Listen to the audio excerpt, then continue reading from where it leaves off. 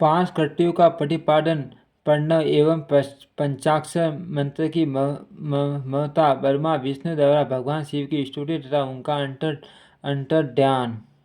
ब्रह्मा और विष्णु ने पूछा, प्रभु षष्ठी आदि पांच पांच कृतियों के लक्षण क्या है? लक्षण ही है। वह हम दोनों को बताइए। भगवान शिव बोले,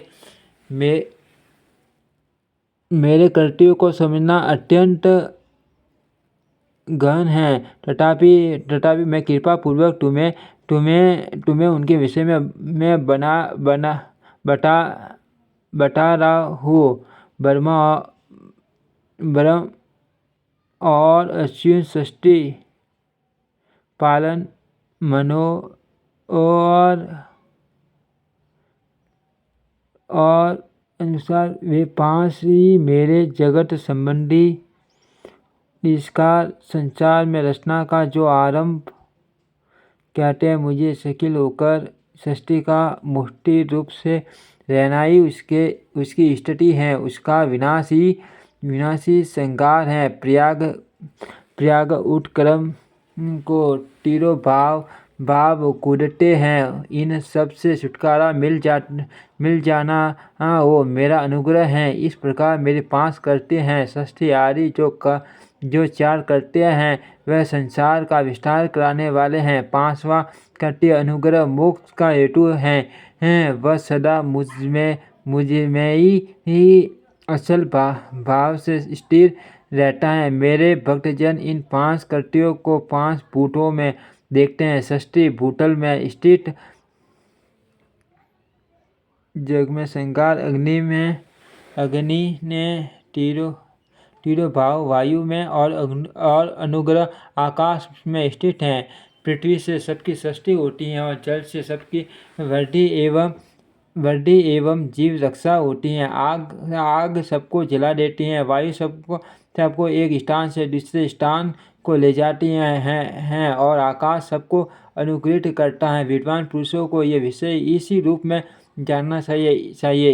इन 5 कृत्यों का भार वहन करने के लिए ही मेरे 5 मुख हैं। 4 दिशाओं में 4 मुख हैं और इनके बीच में 5वां मुख है। पुत्रों, तुम दोनों ने तपस्या करके प्रसन्न हुए मुझे परमेश्वर से षष्ठी और स्तुति नामक 2 कृत्य प्राप्त किए हैं। ये दोनों तुम्हें बहुत प्रिय हैं। इसी प्रकार मेरी विभूति स्वरूप रुद्र और महेश्वर ने 2 अन्य उत्तम कृत्य संहार और तिरोभाव मुझसे प्राप्त किए हैं, परंतु अनुग्रह नामक कृत्य दूसरा कोई नहीं पा सकता। रुद्र और महेश्वर अपने कर्म को भूले नहीं, इसलिए मैंने उनके लिए अपनी समानता प्रदान की है। वे रूप, वेश, कृत्य, वाहन, आसन और आयुध आदि में मेरे समान ही हैं। मैंने पूर्व काल में अपने स्वरूप भूत मंत्र का उपदेश किया है, जो ओंकार के रूप में प्रसिद्ध है। वह मां मंगलकारी मंत्र हैं। सबसे पहले मेरे मुख से ओंकार ओम प्रकट हुआ, जो मेरे स्वरूप का बोध कराने वाला है। ओंकार वासक है और मैं वास्य हूँ। यह मंत्र मेरा स्वरूप ही है। प्रतिदिन ओंकार का निरंतर स्मरण करने से मेरा ही सदा स्मरण होता है। मेरे उत्तरवर्ती मुख से अकार का, पश्चिम मुख से उकार का, दक्षिण मुख से मकार का, पूर्ववर्ती में मुख से बिंदु का तथा मध्यवर्ती मुख से नाद का प्राकट्य हुआ। इस प्रकार 5 अवयवों से युक्त ओंकार का विस्तार हुआ। इन सभी अवयवों से एक ही भूत होकर वह प्रणव ओम नामक एक अक्षर हो गया। यह नाम रूपात्मक सारा जगत तथा वेद उत्पन्न स्त्री पुरुष वर्ग रूप दोनों कुल इस परवन मंत्र से व्याप्त है। यह मंत्र शिव और शक्ति दोनों का बोधक है।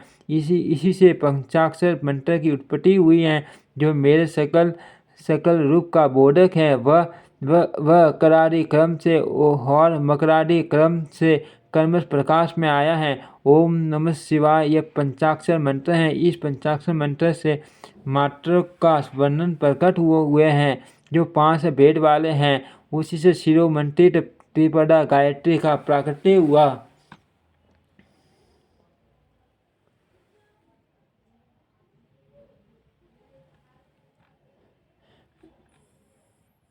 है।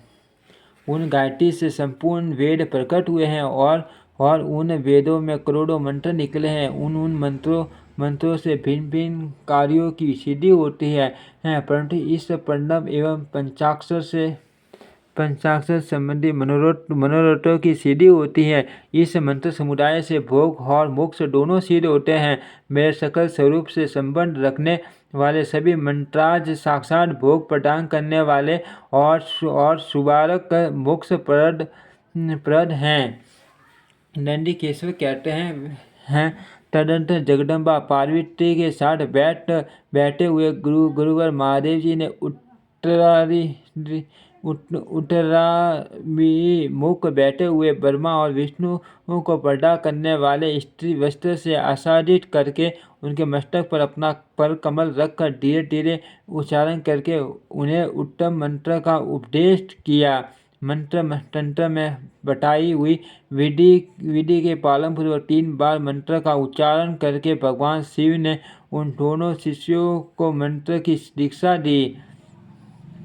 फिर उन शिष्यों ने गुरु दक्षिणा के रूप में अपने आप को ही समर्पित कर दिया और दोनों ने हाथ जोड़कर उनके समीप खड़े उन देवेश्वर जगत रूप का स्तवन किया।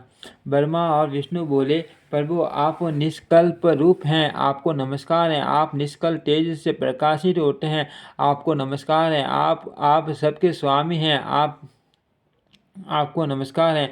आप सर्वात्मा को नमस्कार है। आप सकल स्वरूप, आप महेश्वर को नमस्कार है। आप पर्वन के वाचार्य हैं, आपको नमस्कार है।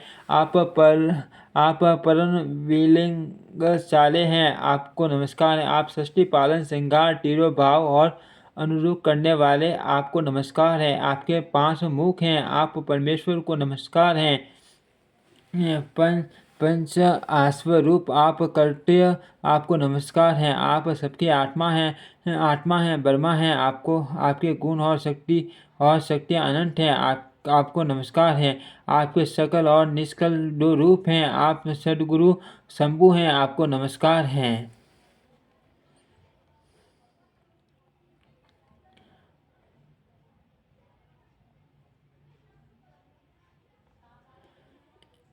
इन पदों द्वारा अपने गुरु महेश्वर की स्तुति करके ब्रह्मा और विष्णु उनके चरणों में प्रणाम किया।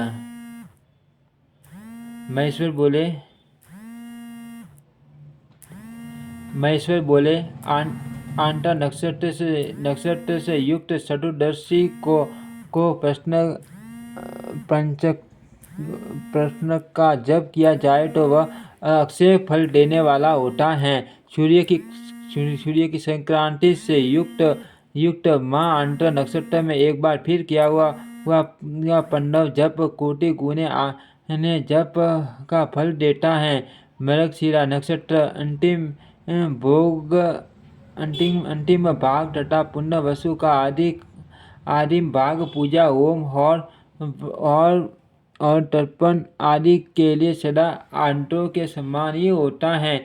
ये जानना चाहिए मेरा या मेरे लिंग का दर्शन प्रभात काल में ही प्राप्त और संगम या मध्या के पूर्व काल में करना चाहिए।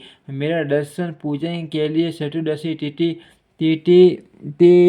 दिशिरात व्यापिनी अथवा प्रदोष व्यापिनी लेनी चाहिए, क्योंकि प्रवृत्तिनी तिथि से संयुक्त चतुर्दशी की प्रशंसा की जाती है। पूजा करने वालों के लिए मेरी मूर्ति तथा लिंग दोनों समान ही है, फिर भी मूर्ति की अपेक्षा लिंग का स्थान ऊंचा है। इसलिए मुमुक्षु पुरुषों को चाहिए कि वे मूर्ति से भी श्रेष्ठ समझकर लिंग का ही पूजन करें। लिंग का ओमकार मंत्र से और वेद का पंचाक्षर मंत्र से पूजन करना चाहिए। शिवलिंग की स्वयं ही स्थापना करके अथवा दूसरों से भी स्थापना करवाकर उत्तम द्रव्य में उपचारों से पूजा करनी चाहिए। इससे मेरा पद दुर्लभ हो जाता है। इस प्रकार उन दोनों शिष्यों को उपदेश देकर भगवान शिव वहीं अंतर्ध्यान हो गए।